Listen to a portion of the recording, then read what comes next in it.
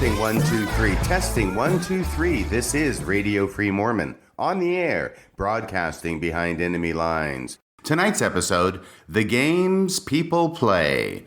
And by people, I mean the games that Mormon apologists play, and more specifically, I mean Mormon apologists relating to the Book of Abraham, the games they play. Tonight, I want to give 3 specific instances of games that apologists, and specifically John Gee and Kerry Muhlestein, play with regard to the facts relating to the Book of Abraham. Deceptive arguments that they make in order to prove their theory that the Book of Abraham is indeed ancient and authentic. We have gone through, over the past month, hours and hours of podcasts relating to the Book of Abraham, and I think that we're at the point now where we have the background information necessary for this audience to understand how it is that the apologists are playing games in these 3 instances without having to give a whole lot of background information to get to the point.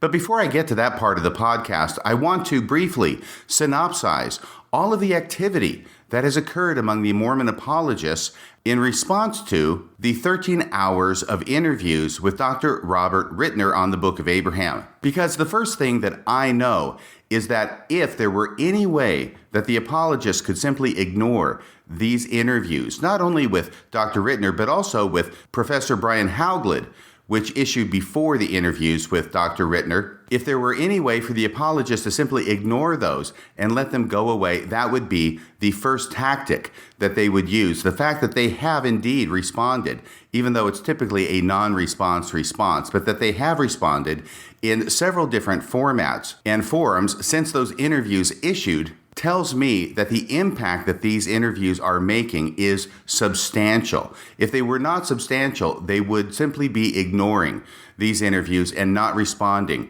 at all, and certainly not in the way that they are. The first response we saw was an interview by John Gee that was put up on video on YouTube, and it was framed as an advertisement of sorts for Pearl of Great Price Central. That is the interview in which John Gee made the stunning admission that he is backing away from Oli Shem as an evidence for the Book of Abraham. I covered that in a prior podcast called John Gee Comes Clean. The next thing that happened was that Kerry Muhlestein, also an Egyptologist at Brigham Young University, wrote and put up what he called an essay dealing with the manner in which academics talk about things such as the Book of Abraham. And in that essay, he went on and on and on about why it is that he is not going to be sitting down for an interview with Robert Ritner about the Book of Abraham. I covered that lengthy essay in a prior podcast called Brave Sir Kerry. And as I said in that podcast, the purpose of that essay seemed clear to me. And the purpose of the essay was that Kerry Muhlestein was stating loud and clear that he is not a chicken shit for refusing to go on a podcast with Dr. Ritner to talk about the subject of the Book of Abraham. Well, since that time, Kerry Muhlestein has put up a second essay, which he calls an update to his first essay. And I call this second essay, Why I Am Not a Chicken Shit, Part 2. Dr. Muhlestein calls this second essay an update from Kerry Muhlestein regarding raising the Abrahamic discourse. And in this essay, he says a number of very interesting things. This essay, by the way, was published on September 2nd, 2020. Today's date is September 8th.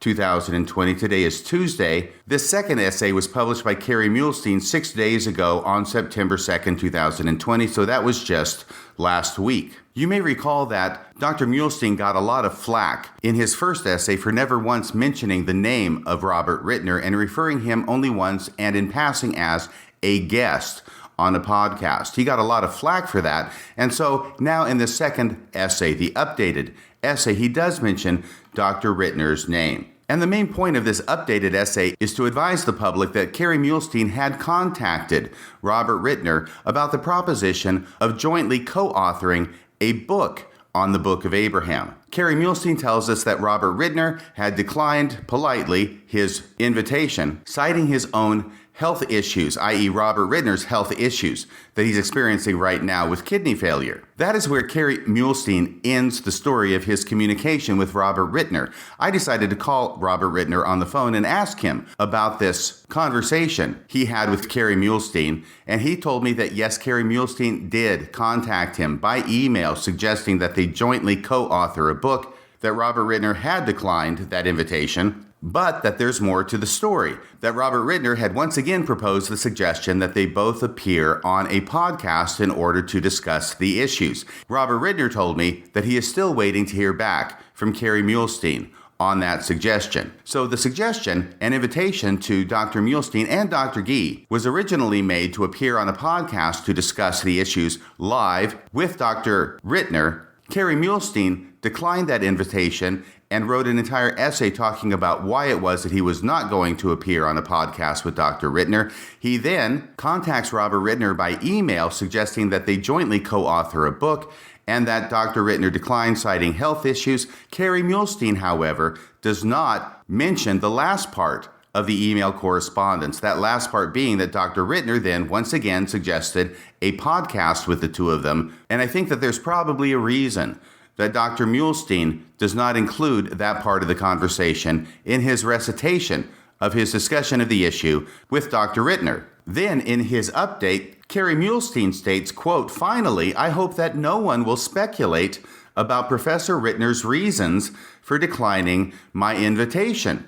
Well, why would anybody speculate about his reasons? He already gave his reasons. He has severe health problems. It's not like this was a secret to anybody. At the beginning and the end of every one of the 3 podcast interviews with Dr. Ritner, we announced that Dr. Ritner was suffering kidney failure and asking for people in the audience to contact the health professionals involved to see if they would be willing to donate a kidney. So when Kerry Muhlestein writes, "Finally, I hope that no one will speculate about Professor Ritner's reasons for declining my invitation," I translate that as meaning, please don't think Professor Ritner is scared of engaging in academic dialogue with me and is just using his kidney failure as an excuse.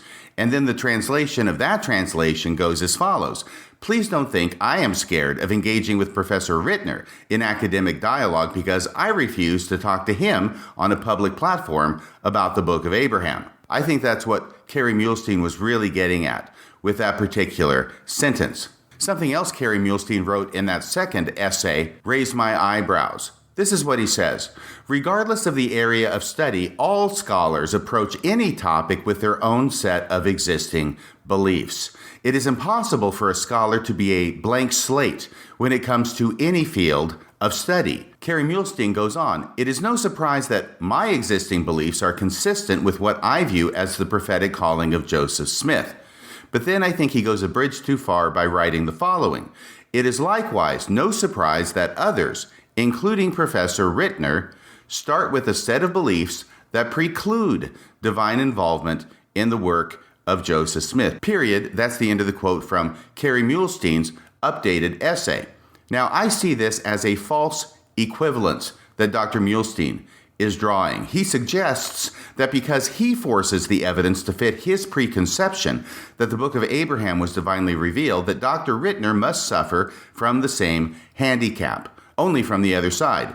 Actually, I think Dr. Ritner is simply saying that Joseph Smith could not translate Egyptian. Spencer Wright, a listener to this program, made an excellent comment by analogy of what it is that Dr. Muhlestein is saying here. The analogy, Spencer Wright writes, the analogy would be like a football game where the Ritner team is starting with the existing beliefs of playing by the rules, while the Muhlestein team is starting with the existing belief of Muhlestein's team winning, no matter what. In the analogy, Ritner isn't starting with the belief that Joseph Smith couldn't translate Egyptian. He's just starting with the rules of Egyptology, and from those rules, concluding Joseph couldn't translate Egyptian. An excellent analogy there, Spencer Wright. Thank you for including that in the comments section at my Facebook page. By the way, if any of you want to catch up on the discussions that are going on among listeners to this program and different issues that are being discussed on the podcast, please go to my Radio Free Mormon Facebook page and join in the fun. While you're there, please like the Facebook page and let us know what you think about these issues. Clay Allred writes about Dr. Muhlstein's quote, "Others, including Professor Ritner, start with a set of beliefs that preclude divine involvement in the work of Joseph Smith." Yeah, no crap. That's what Clay Allred says. Yeah, no crap. Normally, scholarly work does not include approaching any subject in the world with the idea that Joseph Smith or anybody else was divinely inspired. I mean, come on, really? An excellent comment there by Clay Allred. Brent Smith on the Facebook page had stated 4 days ago, "It would be interesting to hear Dr. Ritner's version of that conversation. That is why I contacted Dr. Ritner personally and asked for his version of the conversation and included his version of the conversation, which adds the fact that he included the invitation to appear on a podcast with Dr. Carey Muhlstein, and Carey Muhlstein has not gotten back to him on that suggestion yet. I think that Dr. Ritner is going to be waiting a very long time to hear back from Dr. Muhlstein on that suggestion, because everything that Dr. Muhlstein has done and written has been done by way of explaining why it is that he is never going to appear on a podcast with Dr. Ritner. Instead, he comes up with this idea of jointly co-authoring a book together. Now, this was a non-starter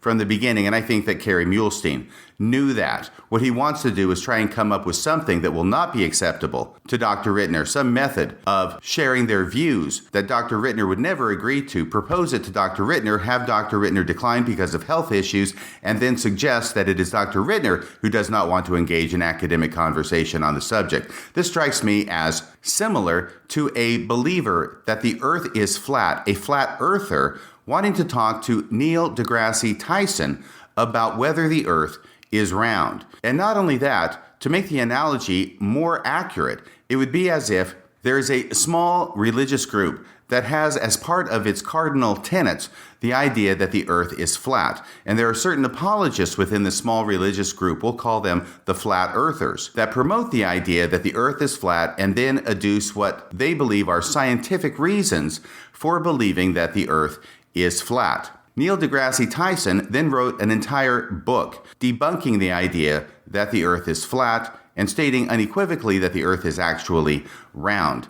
This small religious group, the Flat Earthers, then produces an essay that it puts up on the flatearth.org website about how the earth is actually flat. Neil deGrasse Tyson then writes a complete article on his university website showing why it is that this essay from the Flat Earthers is wrong. Neil deGrasse Tyson then goes on a podcast and is interviewed for 13 hours on the subject of why it is that the Flat Earthers are wrong, and inviting the Flat Earthers, the main apologists, on for a discussion as to whether the earth is flat or whether the earth is round. The Flat Earther apologist declines this invitation and then sends an email to Neil deGrasse Tyson saying, "Hey, I've got a great idea.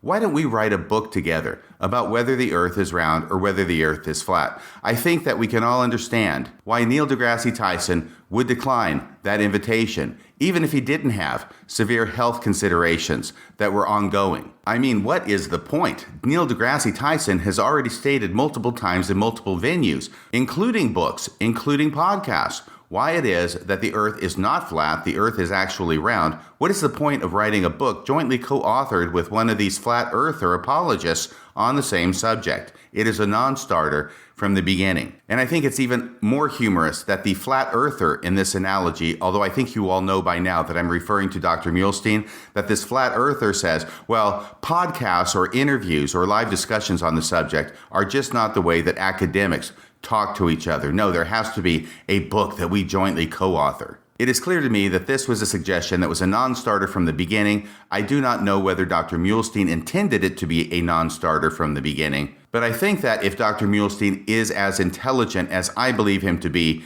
he would know it was a non-starter from the beginning, and I start to think maybe that was the whole point in making that counteroffer. Also last week, in addition to this second and updated essay by Dr. Muhlstein, he appeared for an 18-minute interview with Pearl of Great Price Central. There, Dr. Muhlestein presents a new video of what is most definitely not a response to all the hubbub created by the Dr. Ritner interviews. We know this because, once again, in this video, he studiously avoids mentioning Dr. Ritner's name. It is only 18 minutes long, but in this interview that went up 5 days ago, or in other words, September 3rd, 2020, it may have gone up the day before on September 2nd, 2020. At any rate, it was last week. There was a flurry of activity, as I say, among the Mormon apologists relating to the Book of Abraham. I have not seen this much activity since 4th of July of 1972, when I was visiting my cousins in Abilene, Texas, and stuck a firecracker down the hole of a red ant mound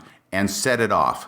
That's the kind of activity I'm seeing from the apologists in response to the Dr. Ritner interviews. At the 15.35 mark in this interview, Dr. Muhlestein says you have to say that Joseph Smith was hundreds of times luckier than any other person that has ever lived on earth to have gotten all of these things so right.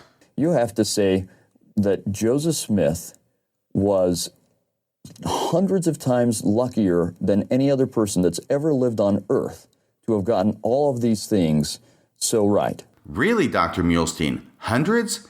This sounds like an exaggeration.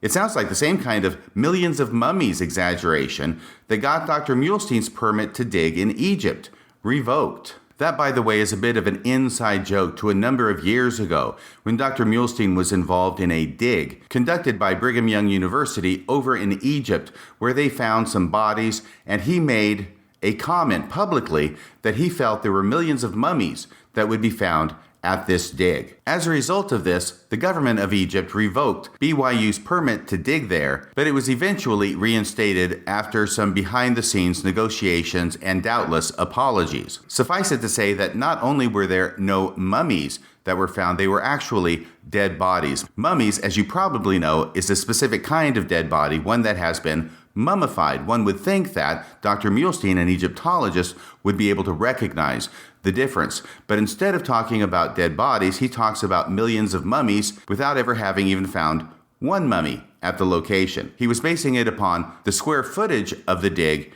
and some dead bodies that had been found. Needless to say, he was hopelessly exaggerating his claim, much the same way as he appears to be exaggerating his claim that Joseph Smith was hundreds of times luckier than any other person that has ever lived on earth to have gotten all of these things so right. Strangely, Dr. Muhlestein does not go into any of those examples of how it is that Joseph Smith was hundreds of times luckier in this interview. We just have to take his word for it. After all, he is the Egyptologist. He must know what he's talking about. It is possible that Dr. Muhlestein misspoke, and instead of talking about Joseph Smith getting hundreds of things right, he actually meant hundreds of misses. Because we do know from history that Joseph Smith was definitely down with hundreds of misses. But bum. Now that he's doing this video in response to Dr. Ritner, obviously, it is an interesting exercise to count how many times Dr. Muhlestein says, I don't know, or variations of that phrase, I don't know, we don't know. There isn't enough data for us to know,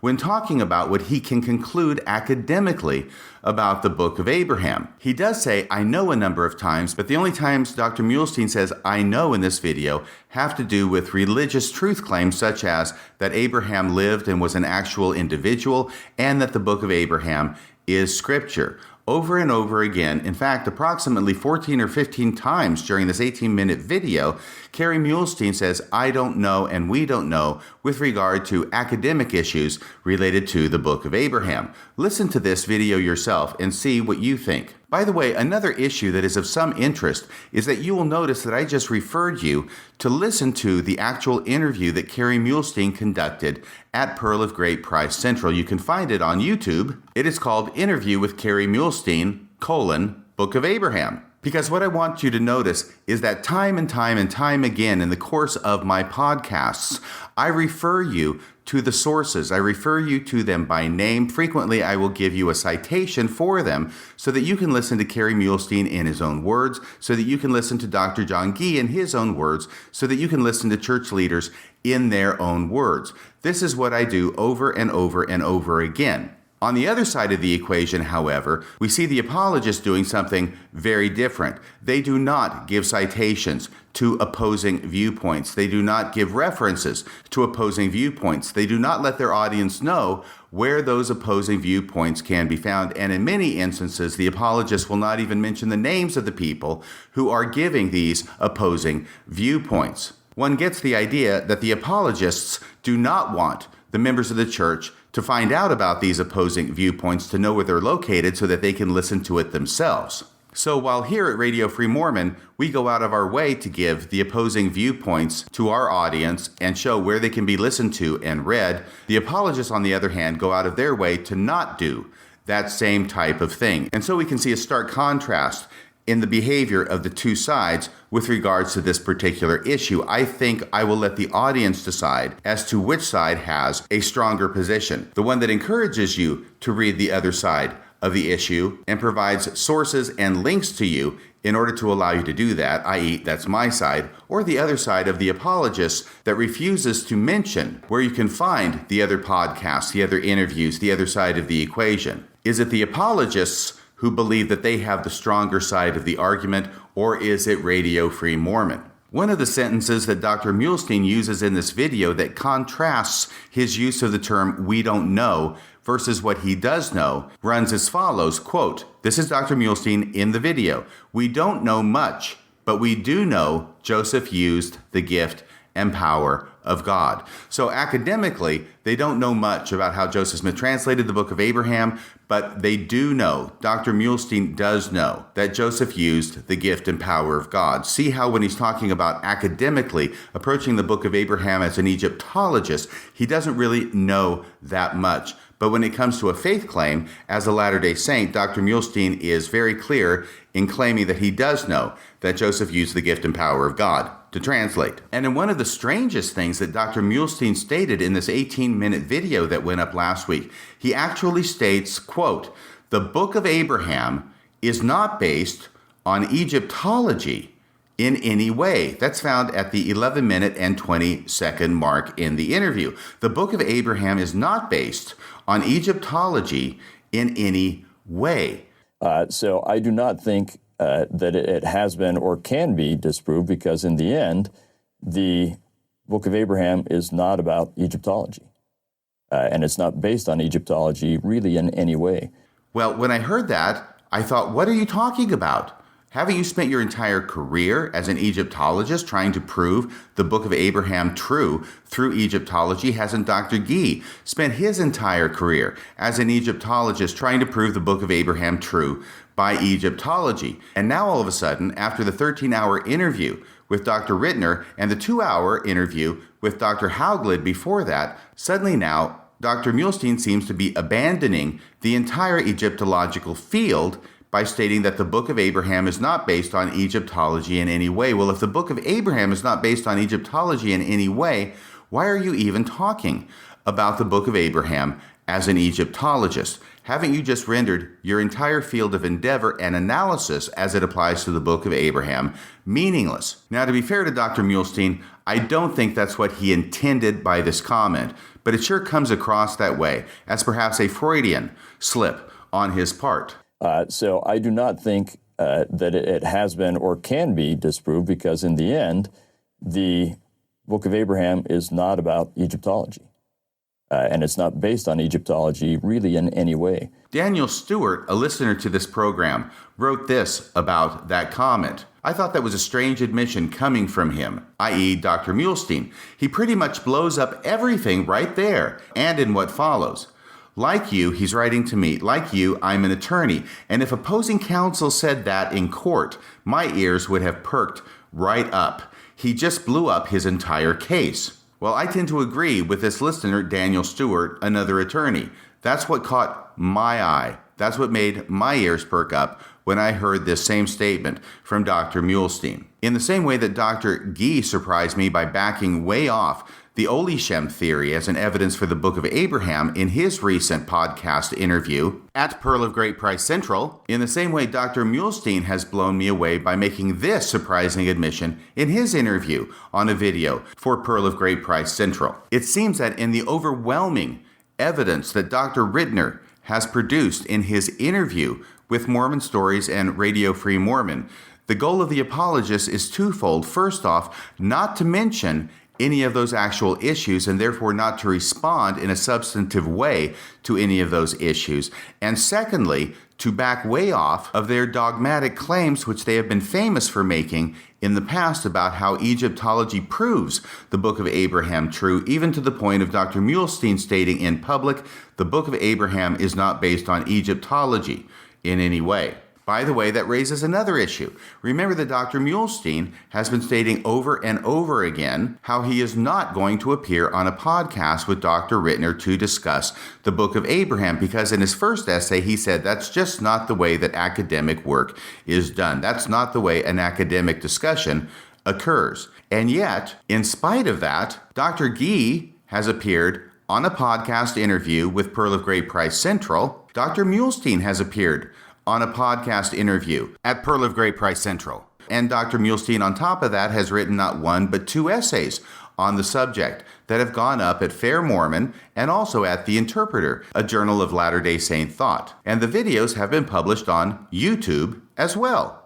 It seems that Dr. Muhlestein and Dr. Gee have all sorts of time and interest in providing both written articles, as in Dr. Muhlstein's 2 essays, as well as podcast interviews on the subject, but nevertheless, for some reason, don't want to do a podcast interview with Dr. Ritner where their feet could be held to the fire. There were a couple of extreme ironies in this 18-minute video put up by Dr. Muhlestein. Irony number 1 is that Dr. Muhlestein sits down for a podcast discussion to explain why he won't sit down for a podcast discussion. By the way, in this interview, once again, Dr. Muhlestein refuses to even mention the name of Dr. Ritner. The closest he gets to mentioning Dr. Ritner is at the 13.03 minute mark in this 18-minute interview, where he states, "The Book of Abraham doesn't rise or fall on my opinion or reputation, or on another scholar's opinion or reputation." Obviously, the other scholar that's being referred to here is Dr. Ritner, even though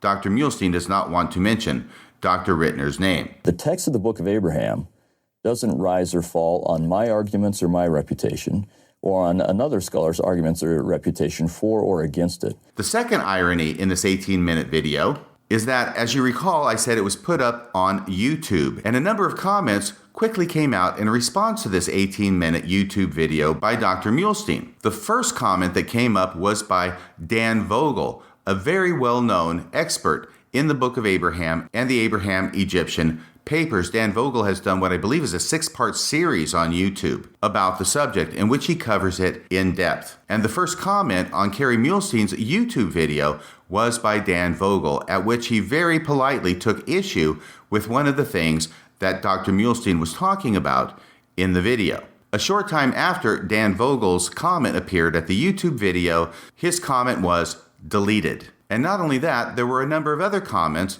that were deleted from this YouTube video, which leads us to irony number 2. You remember irony number 1 was Dr. Muhlestein sits down for a podcast discussion to explain why he won't sit down for a podcast discussion. And irony number 2 is that comments are being deleted from a YouTube video featuring Dr. Muhlestein, who at the same time is advocating in his essay for open and honest discussion of the issues, which led yours truly, Radio Free Mormon, to post in the comments under the YouTube video, "Why are you deleting so many comments? Clearly, you are not interested in actually engaging in any discussion. Why are you so afraid?"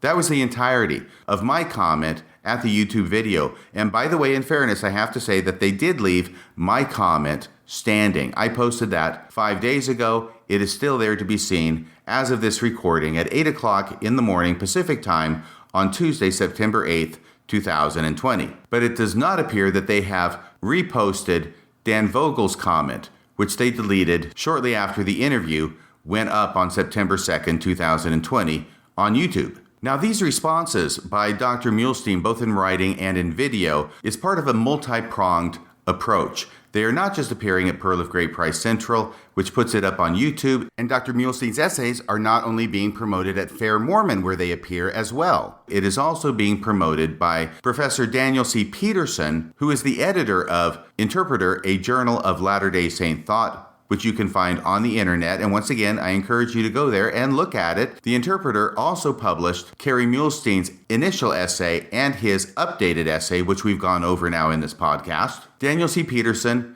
in addition to being the editor of The Interpreter, a journal of Latter-day Saint thought, Daniel C. Peterson has his own blog under the title Sic et Non, that's SICETNON. And on the same date as the video went up on September 2nd, 2020, Professor Peterson promotes that video under a blog article titled An Update from Professor Muhlstein Regarding Work on the Book of Abraham. See what I mean about this being a multi-pronged approach? They're doing everything they can and using every venue over which they have control to get the word out about these essays and videos, which are responding to Dr. Ritner's interviews at Radio Free Mormon and Mormon Stories. It is obvious that the issue about the comments being deleted from the video on YouTube have raised a problem, and therefore Daniel C. Peterson seeks to address it here as only he can. First, he tells us, as I understand it, incidentally, this interview by Dr. Muhlstein, this interview was not, he emphasizes that word, was not recorded as a direct response to recent controversies involving Professor Robert Ritner. Well, of course, we all understand that all of this stuff that's happening is not a response to Dr. Ritner. It just happens that after Dr. Ritner produces a 13-hour, thorough, in-depth interview criticizing Joseph Smith's ability to translate Egyptian and further criticizing Dr. Muhlstein and Dr. Gee's academic work as apologists, all of a sudden we have a flurry of articles and videos coming out which are not addressing those interviews. Yes, we get that, Professor Peterson. Once again, he says, as I understand it, incidentally, this interview was not recorded as a direct response to recent controversies involving Professor Robert Ritner. It's important to get that message out. He then writes, accordingly, pointing out, as some have, that it doesn't respond to Professor Ritner is rather irrelevant. See, once again, this is the non-response response. We're going to respond to Dr. Ritner, but we're not going to say we're responding to Dr. Ritner. Therefore, we are not responding to Dr. Ritner, which is why I call it a non-response response. And the non-response responses keep multiplying. But now Dr. Peterson in his blog at Sic et Non, and once again, I encourage you to go there and read it yourself. However, the good folks at Book of Mormon Central appear to have removed several of the comments that initially followed the posted interview. So he acknowledges this, but then tries to put his own sardonic spin on it. That's too bad, Professor Peterson writes. That's too bad that they removed these comments. That's too bad in at least one sense. If you would like to have seen a nice sampling of textbook quality illustrations of the ad hominem logical fallacy, generally and aptly classified by students of informal logic as a fallacy of distraction, you would definitely have enjoyed reading several of these comments. They were gems. So what Professor Peterson says is that he acknowledges that a lot of the comments have been removed, but then says they were just ad hominem comments, and that it's too bad the people at Book of Mormon Central removed them because they were gems as illustrations of the ad hominem fallacy. Well, he doesn't say what was actually in any of those comments, and he doesn't mention the fact that Dan Vogel is one of those who posted an early comment, and he doesn't mention that what Dan Vogel said was definitely not an ad hominem comment. It was purely substantive. So he doesn't explain why it is that Dan Vogel's comment got removed, but that's really not Professor Peterson's point. His point is to acknowledge the fact that some have been removed, something that really cannot be gainsaid at this point, but then to give an explanation for it that does not fit the facts, so that his readers will be assured that the removal of those comments was entirely justified. And now, to catch you completely up to date, late last week on Thursday or Friday, it was announced on YouTube by Fair Mormon that none other than Dr. John Gee would be presenting a live broadcast on the subject of the historicity of the Book of Abraham on this past Sunday, September 6th at high noon, Utah time. When I found out about this, I promoted that video on my Facebook page. Bill Reel promoted that video on his Facebook page, and John DeLynn promoted that video on his Facebook page. So we wanted the word to get out to our audience that John Gee was going to be presenting a live lecture on the historicity of the Book of Abraham, because obviously this was definitely going to be in response to Dr. Ritner, and we wanted to see how effective he would be at responding to some of the points that Dr. Ritner raised in his 13-hour interview. Now, the advertisement itself was very clear that this would be a live broadcast, and the video even had a countdown on it, counting down the hours and minutes to the starting time of that address by Dr. Gee, once again at noon Mountain Time. But unfortunately, after we had promoted that video on behalf of Dr. Gee and Fair Mormon, at some point on Friday afternoon or Friday evening, that video on YouTube was removed. It was taken down. It appears that the idea of having Dr. Gee present on the historicity of the Book of Abraham at noon on Sunday was scrapped. At this point, we have no idea why it was that this project was scrapped after being announced by Fair Mormon on YouTube. But as Bill Reel has said, the only thing that we are pretty sure of is that we're not going to get a straight answer as to why it was scrubbed either by Dr. Gee or by Fair Mormon. So now, having caught us all up to date on the recent happenings of the Mormon apologetic world in response to the Ritner interviews, I want to finally get to the subject of tonight's podcast and talk about 3 examples of the games that apologists play regarding the Book of Abraham. The first has to do with the missing scroll theory. Now, you will recall that the missing scroll theory posits that the Book of Abraham, the text of the Book of Abraham, was actually written in Egyptian on the papyrus, but it was written on a part of the papyrus that we do not have, that was not recovered, that was not found in the New York City Metropolitan Museum of Art back in 1966, and was then repatriated to the church. It was somewhere else. It was either on a missing part of the same papyri that has facsimile 1 on it, or it was on a completely different roll of papyri. Now, because part of the recovered papyri does have facsimile 1 on it, it makes it important for purposes of this missing papyrus theory that the text of the Book of Abraham be on the same scroll as facsimile 1. That only makes sense since facsimile 1 appears at the beginning of the text of the Book of Abraham in the Pearl of Great Price. And so Dr. John Gee has posited as a theory that there was an exceptionally long scroll, that this particular scroll with facsimile 1 on it was extremely long. Now, Dr. Ritner has talked about the fact that usually these scrolls run around 6 feet in length. Now, that's a very long scroll if we're comparing it to a regular piece of paper that we write on nowadays. 6 feet is extremely long. The paper I write on is 8.5 by 11, and even if we're still using legal size paper, that's only 11 by 14, and that's 11 inches by 14 inches, by the way, not 11 feet by 14 feet.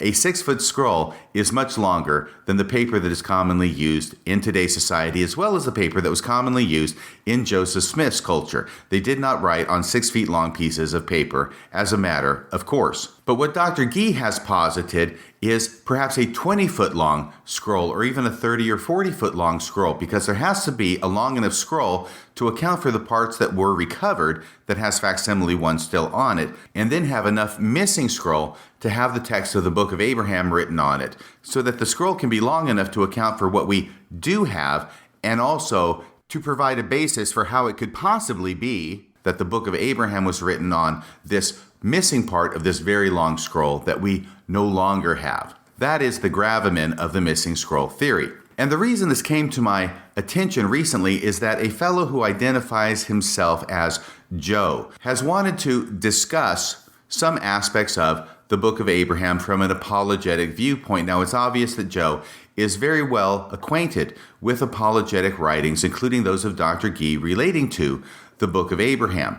And one of the things he said at the beginning of one of his very lengthy and multiple posts caught my attention. And what he said is that eyewitness testimony shows that Joseph Smith translated the Book of Abraham from a very, very lengthy scroll, with the idea in mind that if I'm saying something different, or if Dr. Ritner is saying something different, then we are contradicting eyewitness testimony. Now, first off, I have to say this. If we're going to make a decision on which side of an argument we're going to come down on, and one side of that argument has to do with eyewitness testimony from 150 years ago versus the textual evidence that we actually have, both in the recovered Joseph Smith papyri as well as the Abraham Egyptian papers from Kirtland and Nauvoo, and if the conclusions from those two different sources contradict each other as they do in this instance, then obviously it would make more sense to go with the conclusion that is drawn from the actual documents themselves versus what some witnesses said 150 years ago. But the thing that concerned me is that Joe was obviously taking Dr. Gee's word for it, i.e., Dr. Gee's word for the idea that eyewitness testimony said that Joseph Smith translated the Book of Abraham from an exceedingly lengthy scroll. Now, I haven't responded in writing to Joe. I don't know that I have time to respond to him in as much length as he would like. Basically, Joe initially came upon the scene to try and explain why it was that Carrie Muhlestein was not chicken for refusing to go on a podcast with Dr. Ritner. And then Joe proposed that if we answered his questions, i.e. Joe's questions, to his satisfaction, then he would pass it along to Carrie and see if Carrie would reconsider going on a podcast. Yes, I'm not making this up. Well, as it turned out, Joe finally had to admit that really he doesn't know Carrie Muhlestein at all, and that he had exaggerated that part of his claim, i.e. he had made it up, which seems to be kind of standard operating procedure for apologists. They just make a lot of stuff up. And here we're getting to something else that apologists have made up, something that tricked Joe into believing the apologists on this issue about the long scroll from which Joseph Smith allegedly translated the Book of Abraham. Now, this is something that I went over in my interview with Brian Hauglid, and I will synopsize it here, but refer you to that interview for the details, because remember, in the course of that discussion with Brian Hauglid, he talked about this very game that Dr. Gee played in order to try and find evidence to support his missing papyrus theory. And what he did was, in a footnote in his recent book, Dr. Gee takes two witness statements. One is a little bit late, one is very late. They're two completely independent statements, and then conflates the two in order to support his theory. One of those statements says that a witness saw the scroll from which Joseph translated the Book of Abraham, period. Another witness, completely unrelated and much later, says that she saw a very long scroll that was in the collection that Joseph Smith had purchased in 1835 in Kirtland, Ohio. So one witness talks about a scroll from which Joseph Smith translated the Book of Abraham, and another witness just talks about a long scroll, period, with no reference to Joseph Smith translating the Book of Abraham from it. What John Gee does is then he takes those two completely separate eyewitness statements and combines them in order to draw the conclusion that he wants to draw, which is that Joseph Smith translated the Book of Abraham from a very long scroll. Well, neither of those witness statements says that independently, and if you put them together, they don't say that either. But John Gee, in his book, makes the statement unequivocally that Joseph Smith translated the Book of Abraham from a very, very long scroll that he had in his possession, and it is only in the footnotes where he cites to these two statements that we can see the game that John Gee is playing, a game that apparently tricked Joe sufficiently that he believed it was true, because Joe has not listened to the interview with Brian Hauglid, and he has not listened to the 13 hours of interviews with Dr. Robert Ritner. So that is the first game that Egyptologists play with regard to the Book of Abraham, and this is a very specific instance of these kind of games. The second game I want to mention that was played by Dr. Gee and Dr. Muhlestein has to do with the LDS Church's essay on the Book of Abraham translation and historicity, which you can find at thechurchofjesuschrist.org, the LDS Church's official website. And this particular game has to do with the issue of human sacrifice among the ancient Egyptians. Now, we have gone over in some detail the fact that no non-LDS Egyptologist claims that there was human sacrifice among the ancient Egyptians. In fact, they are all of one voice claiming the exact opposite, that the ancient Egyptians did not practice human sacrifice. And yet the Book of Abraham itself in chapter 1 talks about the Egyptians practicing human sacrifice. In fact, they did it to 3 virgins, and they were also going to do it to Abraham. And that is the entire mise en scène of chapter 1 of the Book of Abraham, this human sacrifice that was being practiced by the ancient Egyptians. Therefore, it is critical for the Book of Abraham apologists to argue that actually the ancient Egyptians did practice human sacrifice, because if they didn't, then that's a real strike against the Book of Abraham right there. And they place in their essay this idea about human sacrifice among the ancient Egyptians. And here's what the essay says, and this I attribute to Dr. John Gee and Dr. Carrie Muhlestein, because Brian Hauglid was on the committee with those two, as well as others, that wrote this essay. And Brian Hauglid has told us that it was the 2 Egyptologists who wanted this information in the essay about the historicity of the Book of Abraham, and that in fact there was a great deal of argument about the inclusion of this information, or this disinformation, I should say, that Brian Haugland did not want it in the essay, but that he was overruled in this by Carrie Muhlestein and Dr. John Gee, and they included this particular paragraph. The Book of Abraham speaks disapprovingly of human sacrifice offered on an altar in Chaldea. Some victims were placed on the altar as sacrifices because they rejected the idols worshipped by their leaders. Recent scholarship, now note this part, recent scholarship has found instances of such punishment dating to Abraham's time. People who challenged the standing religious order, either in Egypt or in the regions over which it had influence, such as Canaan, could and did suffer execution for their offenses. Now, this is where they come into contact and even in contradiction with the entire Egyptological field on this issue, and yet they're going to include it in the essay on the Book of Abraham as a proof for the truth of the Book of Abraham. But here they give a footnote, and that footnote is number 36. If you click that footnote, you will see that they give a number of references in support of this idea that the ancient Egyptians practiced human sacrifice. There's an article by Carrie Muhlestein. There's another article by Carrie Muhlestein. Then there's an article by a fellow named Anthony Leahy. And finally, at the very bottom of this footnote, they cite an article from a non-LDS Egyptologist or archaeologist named Harco Willems. That's Harco, Harco Willems, Willems. And they cite to his article, Crime, Cult, and Capital Punishment, relating to the Moala inscription number 8, as published in the Journal of Egyptian Archaeology, number 76 in 1990, pages 27 through 54. Now, this article by Harco Williams is the focus of the comment I want to make, and this is the focus of the game that John Gee and Carrie Muhlestein are playing in using this article as a cite in footnote 36 for their proposition that the ancient Egyptians practiced human sacrifice as it is described in the Book of Abraham.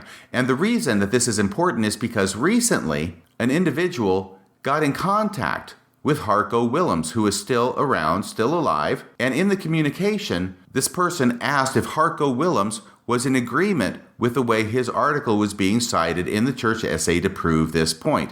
And it appears that Harco Willems, from his response, was first off unaware that his article was being used to support this particular issue in the church essay, and second, that he was very displeased that it was being used to support this particular issue because, from Harco Willems' point of view, the guy who wrote the article in the first place, his article actually supports the direct opposite of how it's being used in the church essay. Here is the email to Harco Willems from only a few weeks ago. This is what was asked. Is the description of the human sacrifice found in the Book of Abraham match the type of human sacrifice your research discusses in Crime, Cult, Capital Punishment, i.e. the title of that very article that's cited in footnote 36 of the church essay? The question is the description, I think it might have been, does the description of the human sacrifice found in the Book of Abraham match the type of human sacrifice your research discusses? But regardless of that, here is the unequivocal response from Harco Willems. Dear Sir, the biblical or Book of Abraham passage does not conform to what the Moala text describes. You remember that the Moala text was the focus of Harco Willems' 1990 article on the subject. Dear Sir, the biblical or Book of Abraham passage does not conform to what the Moala text describes. As attentive reading, he goes on, as attentive reading of the argumentation set forth in my article will immediately show.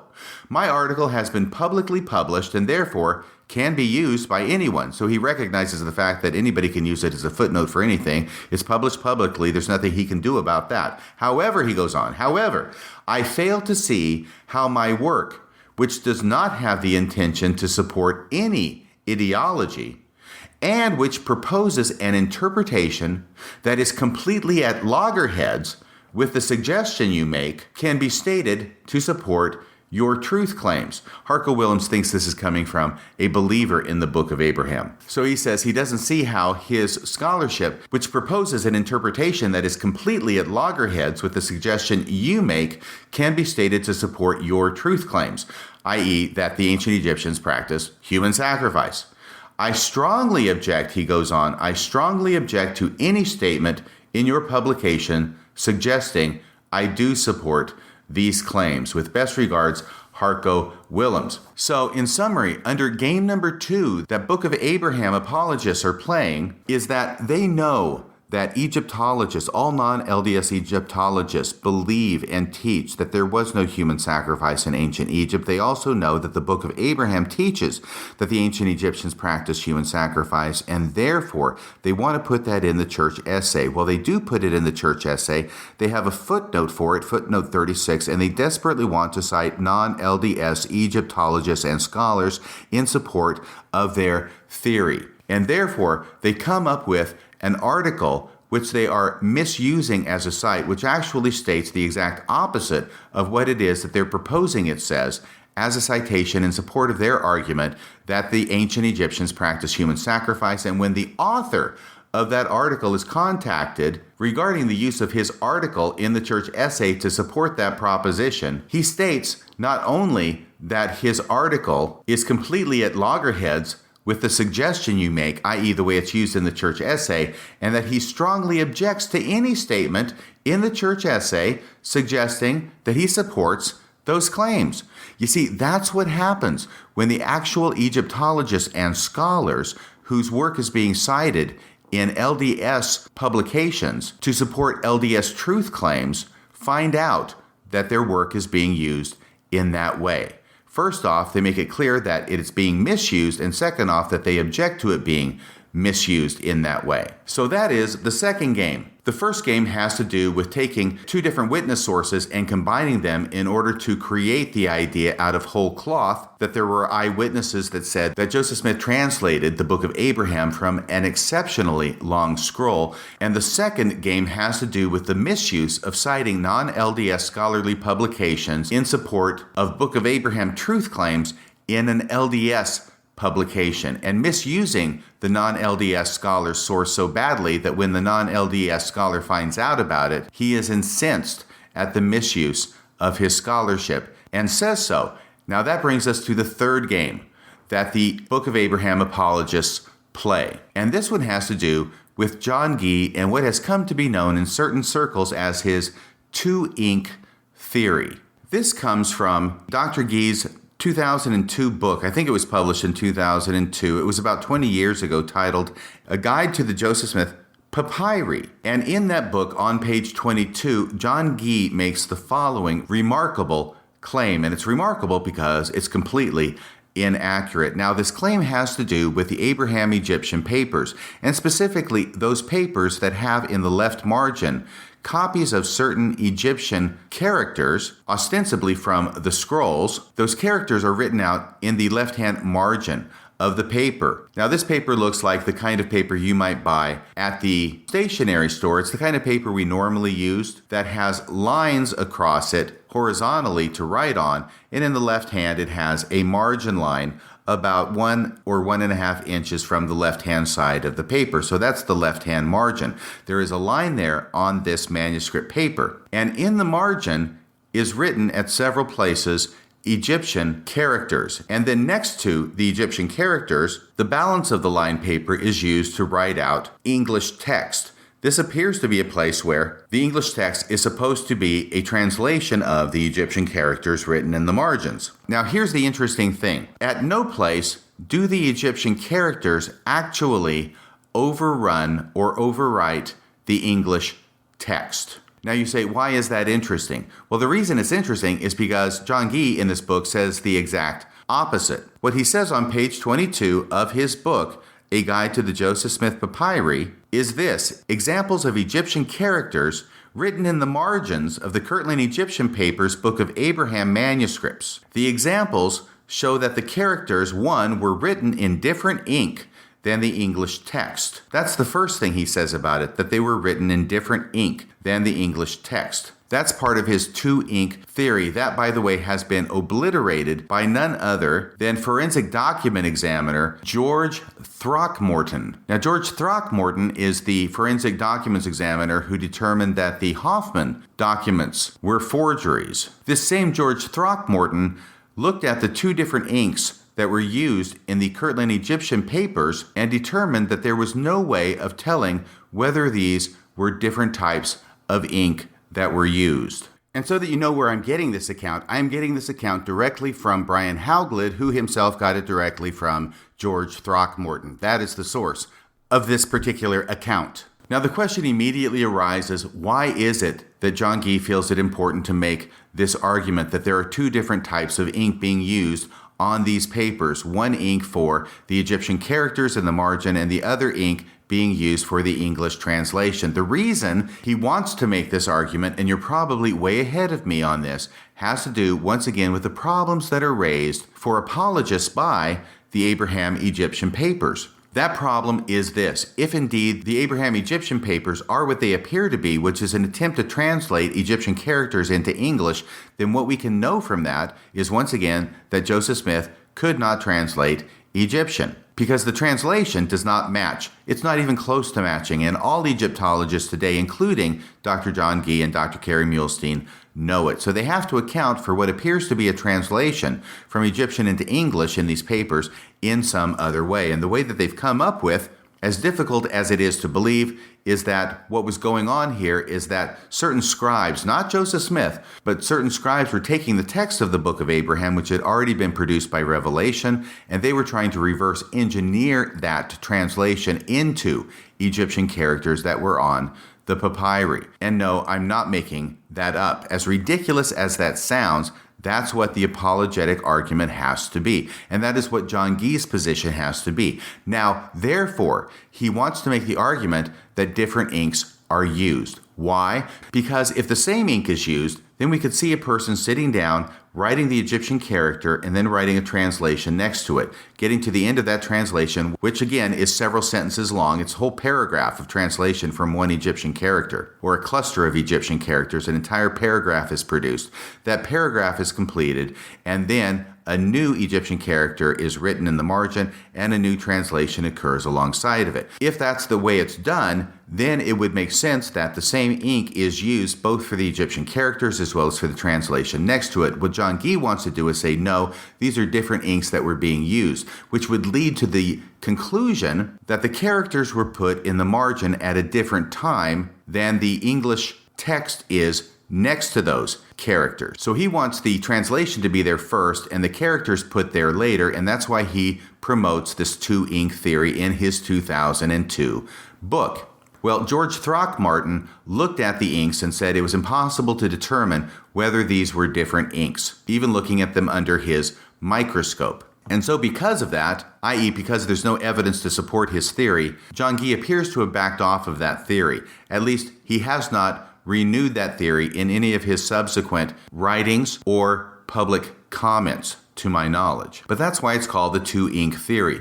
But he goes on to make other claims regarding these documents. That was only number one. He says the examples show that the characters, one, were written in different ink than the English text. Well, we've seen that that's not true. Number two, do not line up with the English text, and that part seems questionable. But number three is the one I want to get to now. And three, run over the margins, which they do, and the margin, of course, is that vertical line on the left of the paper. The character is being written in the margin itself, and in some instances, those Egyptian characters running over that vertical line. But then he goes a bridge too far and says, and sometimes the English text. So once again, he's saying the examples show that the characters run over the margins and sometimes the English text. So in other words, sometimes the characters run over the English text. Now, we know why it is that John Gee would want to say that, right? Because if the characters run over the English text, in other words, if the ink from the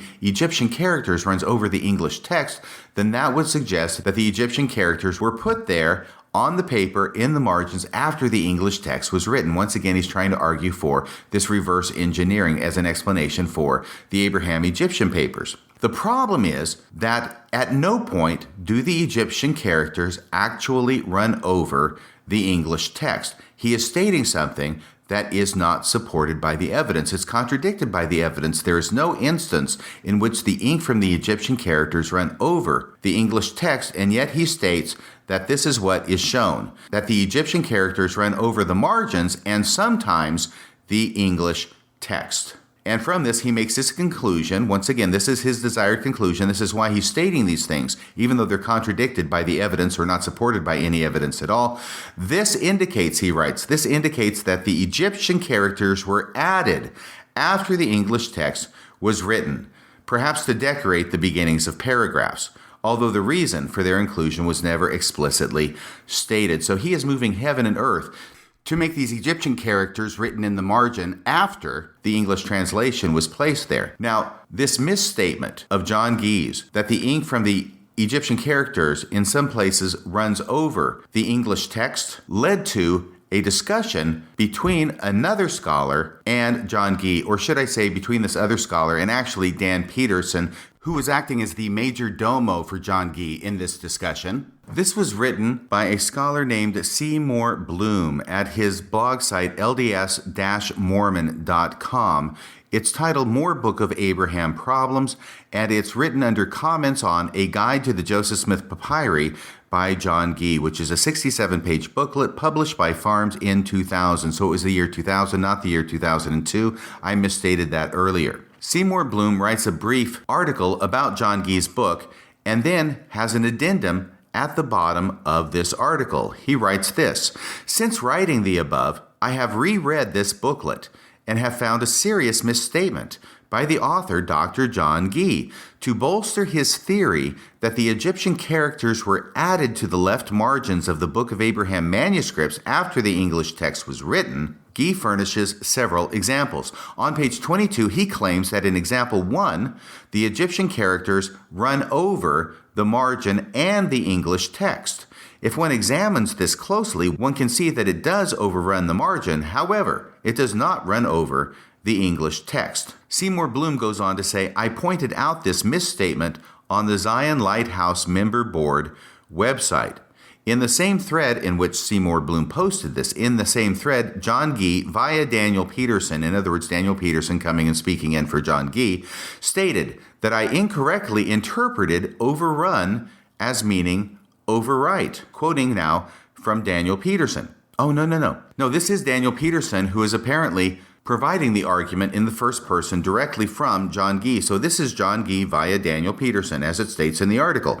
"The argument claims that I am, 1, stupid because I use the term overrun to mean overwrite." So you see, they're going to try and draw a distinction here. They're going to say, hey, I said overrun, not overwrite, as if that makes any difference. So number 1, the argument claims that I am stupid because I use the term overrun to mean overwrite. And number 2, dishonest because the text is not overwritten. I never intended the term overrun to mean overwrite, since they are not synonyms. The term overwrite means to write something over another writing. Overrun, on the other hand, means to run farther than or beyond a certain point, a limit, etc., or to exceed. I used the term correctly, John Gee writes. I used the term correctly to argue that Egyptian characters ran farther than or beyond the margin line and into the space used for the English text. See how he's changing his argument now? And into the space used for the English text. In fact, in one instance, into the indentation left by the English text. The Egyptian may overrun the English without necessarily overwriting the English. That is John Gee's response. So this is amazing. So we actually have somebody holding his feet to the fire and saying, John Gee, in your book, you're stating that the Egyptian characters overrun the English text. That's exactly what he stated. That's exactly what I read to you from page 22 of John Gee's book from the year 2000, An Introduction to the Joseph Smith Papyri.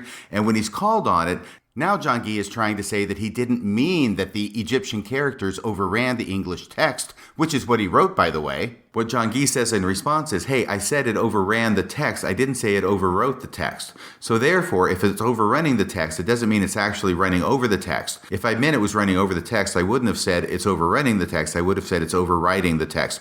So these are the kind of linguistic and definitional games that John Gee has to play in order to say he wasn't either stupid or dishonest when he wrote that. Well, I don't think he was stupid when he wrote it. I do think he was dishonest when he wrote it, because he said that the ink from the Egyptian characters themselves overrun the English text, when in fact they do not overrun the English text.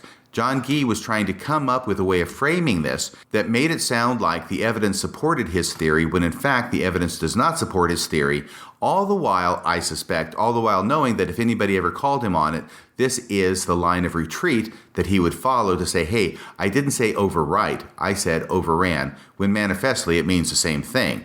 But this is going to be his fig leaf that he's going to latch onto in order to try and prove that he's neither stupid nor dishonest, when obviously he has to be one or the other or both. Seymour Bloom concludes his article at lds-mormon.com with his thoughts about John Gee's explanation. Gee is wrong in his interpretation of the meaning of the word overrun. He did not try to explain run over, which Dr. Gee also said, by the way. To double check, I looked up run over and overrun in the second edition of the American Heritage Dictionary. Meaning number 3 of run over is the only one that would apply to something written on paper. That definition is flow over. The two applicable meanings of overrun are 1, to overflow, and 2, to run or extend beyond. Gee was clearly mistaken. He said the Egyptian characters overrun or run over the English text. That's the quote from Gee. He should have said that the Egyptian characters run over or overrun the area used for English text without being written on top of the English text, because that is what the evidence shows.